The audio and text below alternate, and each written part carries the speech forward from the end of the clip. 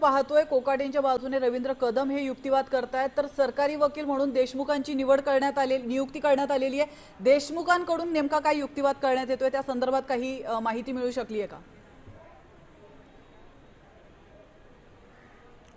आपण पाहतो की कोकाटे यांच्याकडून रवींद्र कदम हे युक्तिवाद करत आहेत आणि या संपूर्ण आपण बघतो युक्तिवादामध्ये आता जी सध्या सुनावणी चालू आहे त्याच्यामध्ये महत्त्वाचा हाच मुद्दा आलेला आहे की कोकाटे ज्यावेळी घर घेतलं होतं त्यावेळी त्यांचं जे उत्पन्न आहे त्याची माहिती त्यांनी दिलेली होती, मात्र त्यांचं जे उत्पन्न आहे ते कमी दाखवण्यात आलेलं होतं। कालांतराने त्यांचं जे उत्पन्न आहे ते वाढलेलं होतं आणि त्याच्यामुळे आपण बघतो की त्यांच्या सुनावणीमधला जो सध्या महत्त्वाचा एक जो टप्पा येतो त्या टप्पामध्ये आपण पाहिलं तर खरं तर जे ॲफिडेव्हिट केलेलं होतं त्या ॲफिडेव्हिटमध्ये सुद्धा आणि जे अलॉटमेंट लेटर जे म्हाडाकडून देण्यात आलेलं होतं 94 साली त्याच्यामध्ये सुद्धा आपण जर पाहिलं तर जे उत्पन्न माणिकराव कोकाटे यांचं दाखवण्यात आलेलं होतं ते कमी होतं, मात्र कालांतराने उत्पन्न वाढलेलं होतं आणि त्याच्यामुळे आता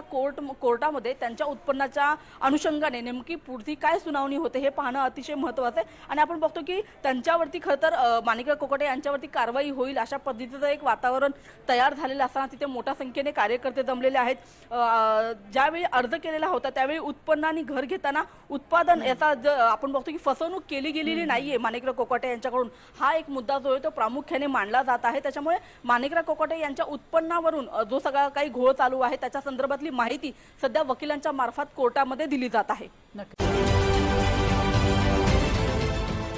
देश विदेशातील प्रत्येक घडामोडींचे लाईव्ह अपडेट मिळवण्यासाठी आता साम टीव्हीच्या सर्व सोशल मीडिया प्लॅटफॉर्मला लाईक, फॉलो आणि सबस्क्राईब करा।